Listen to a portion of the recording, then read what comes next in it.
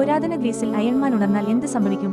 ആദ്യ ദിവസം അവൻ മുഖം മൂടി തുറക്കുന്നു, ഞെട്ടലോടെ ചുറ്റും നോക്കുന്നു, തനിക്കറിയാവുന്ന ലോകം അപ്രത്യക്ഷമായതായി മനസ്സിലാക്കുന്നു. മാർബിൾ ക്ഷേത്രങ്ങൾ അവന്റെ ചുറ്റുമുയരുന്നു, ആളുകൾ അവനെ ആകാശത്ത് നിന്ന് വീണതുപോലെ ഉറ്റുനോക്കുന്നു. രണ്ടാം ദിവസം നഗരത്തിലുടനീളം വാർത്ത പരക്കുന്നു.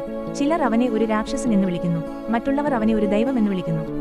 അവന്റെ കൈകളിലെ തിളങ്ങുന്ന കവചമോ ശക്തിയോ ആർക്കും മനസ്സിലാവുന്നില്ല. മൂന്നാം ദിവസം അവൻ ആകാശത്തേക്ക് പറക്കുന്നു, ഉത്തരങ്ങൾക്കായി പുരാതന തെരുവുകൾക്ക് മുകളിലൂടെ പറക്കുന്നു. പക്ഷേ ഓരോ മൈലും അവൻ വളരെ ദൂരെയാണെന്ന് തെളിയിക്കുന്നു. വീട്ടിൽ നിന്ന്. നാലാം ദിവസം തത്വചിന്തകർ അവന്റെ ചുറ്റും കൂടി അവന്റെ ശക്തി, ഉദ്ദേശ്യം, സ്യൂട്ടിനുള്ളിൽ മനുഷ്യൻ എങ്ങനെ ഒളിച്ചിരിക്കുന്നു എന്നതിനെക്കുറിച്ച് ചോദ്യം ചെയ്യുന്നു. അവർ മണിക്കൂറുകളോളം വാദിക്കുന്നു. ചില തത്വചിന്തകർ സാങ്കേതികവിദ്യയെക്കുറിച്ച് ഒരു മുഴുവൻ കഥ പോലും എഴുതുകയും ഉത്തരം പക്ഷിയാണെന്ന് പറയുകയും ചെയ്യുന്നു. അഞ്ചാം ദിവസം യോദ്ധാക്കൾ അവനെ വെല്ലുവിളിക്കുന്നു, പക്ഷേ അവർ തമ്മിൽ പൊരുത്തപ്പെടുന്നില്ല. വിജയത്തിൽ പോലും അവൻ എന്നത്തേക്കാളും ഏകാന്തത അനുഭവിക്കുന്നു. ആറാം ദിവസം അവൻ ഒരു ഇതിഹാസമായി മാറുന്നു. അവന്റെ പ്രതിച്ഛായയിൽ പ്രതിമകൾ നിർമ്മിക്കപ്പെടുന്നു, കഥകൾ കല്ലിൽ കൊത്തിയെടുത്തിരിക്കുന്നു. ഗ്രീസിൽ സൂര്യൻ അസ്തമിക്കുമ്പോൾ ഇരുമ്പ് നഷ്ടപ്പെട്ട ഭാവി നഷ്ടപ്പെട്ടു.